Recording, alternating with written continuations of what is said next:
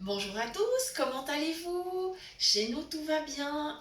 Il est encore de bonne heure, mais nous sommes déjà en cuisine. Parce qu'aujourd'hui, le menu, ça va être une tarte à la viande hachée. Et donc, il va falloir un petit peu de temps. Dans cette vidéo-là, je vous présente donc la farce à la viande hachée. J'ai mis à rissoler 2 oignons, que j'ai émincés bien sûr. J'ai ajouté 500 g de viande hachée de bœuf et j'ai encore ajouté 3 tomates que j'ai bien sûr partagées en deux. J'ai ôté le milieu et je les ai coupées en petits morceaux pour les ajouter à ma viande et aux oignons. Voilà, maintenant l'étape suivante, vous entendez que ça mijote déjà je pense, hein. L'étape suivante, ça va être l'assaisonnement. Donc, je vais prendre une petite cuillère pour mettre du bouillon. Voilà. Alors, mon bouillon de légumes.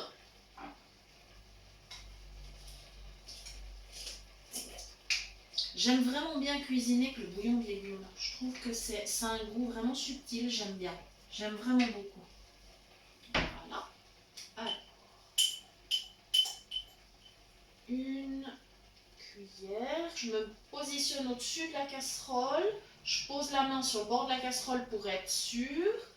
Et je peux tourner ma cuillère. Je crois que je vais mettre 2 cuillères à café parce que j'ai pas mal de légumes et de viande en fait. Voilà.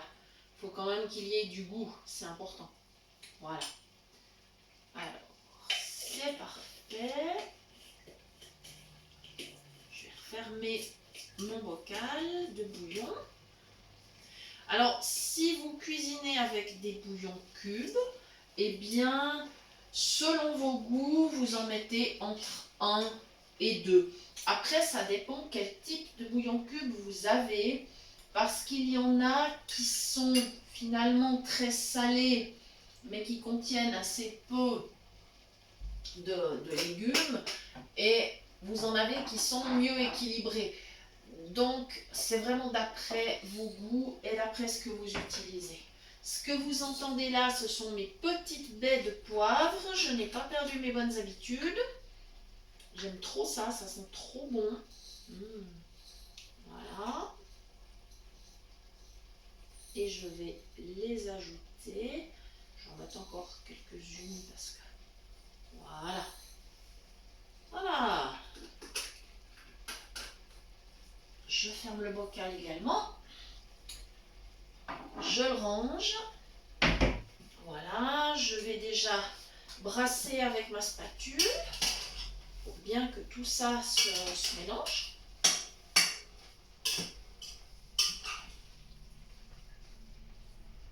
Voilà.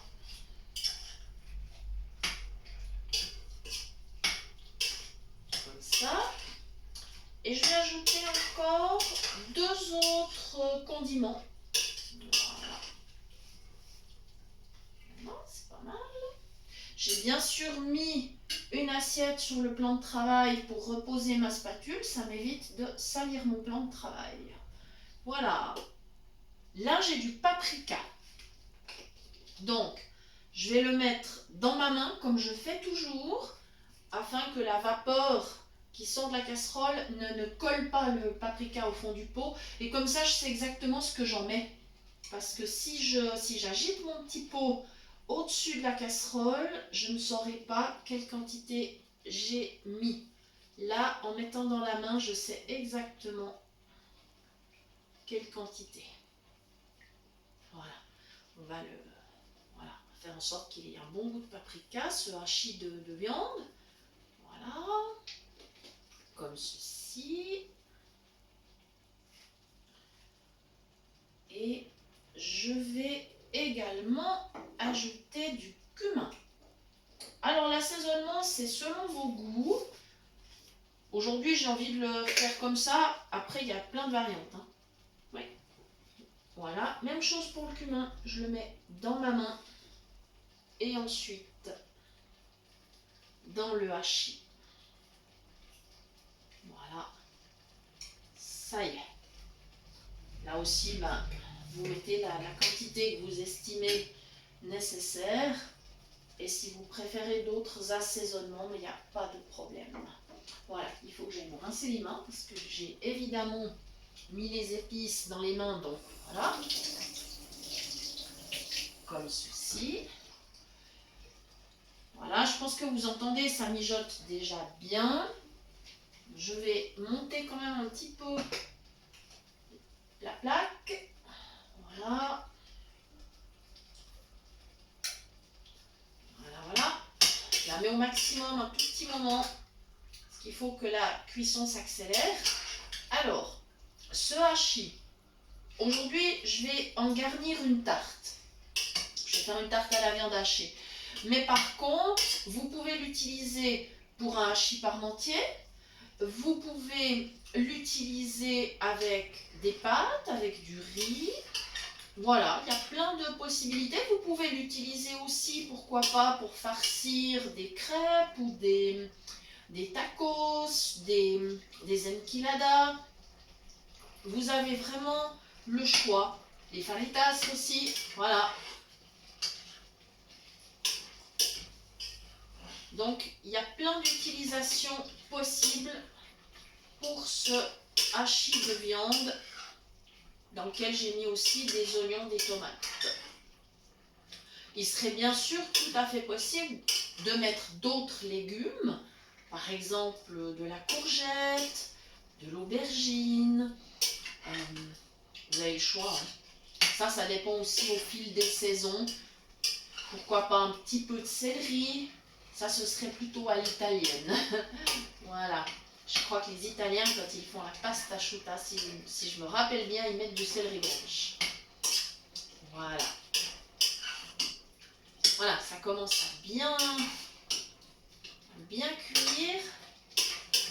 Alors maintenant, ce que je vais faire, je vais laisser continuer la cuisson comme ça. Je vais couvrir. Je vais mettre un couvercle. Voilà. Il faut que je me remette bien sur le feu, juste. Voilà. Pour vérifier que je suis bien sur le feu, je mets mes mains tout en haut de la casserole autour. Je vérifie que je n'ai pas de chaleur qui vient, sinon je déplace ma casserole en conséquence. Voilà. Alors, le couvercle.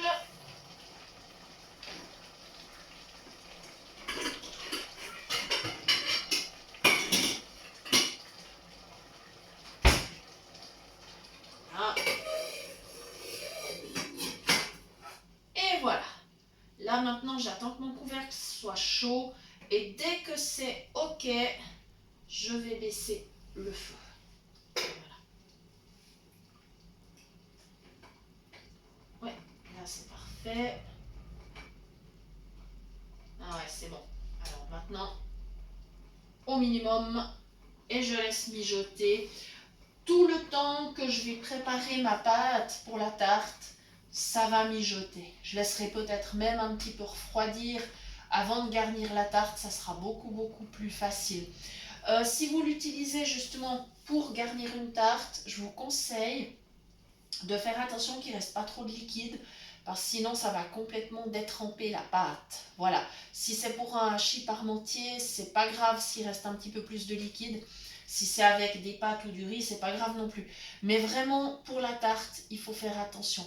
Donc, ce qui va se passer probablement, c'est qu'en fin de cuisson, j'enlèverai le couvercle et je laisserai un petit peu le jus s'évaporer. Voilà. Donc maintenant, ça va continuer de mijoter.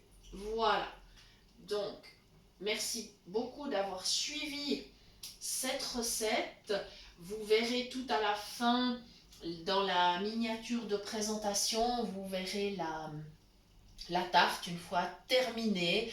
Je garnirai de tranches de mozzarella également parce que c'est encore meilleur, c'est encore plus gourmand.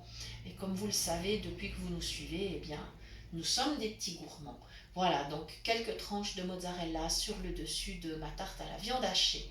Voilà, je vous remercie beaucoup d'avoir suivi cette recette et je vous dis à très bientôt Pour de nouvelles idées cuisine, je vous rappelle que vous pouvez nous écrire à l'adresse suivante cuisinepratique@mail.ch pour toute demande de recette.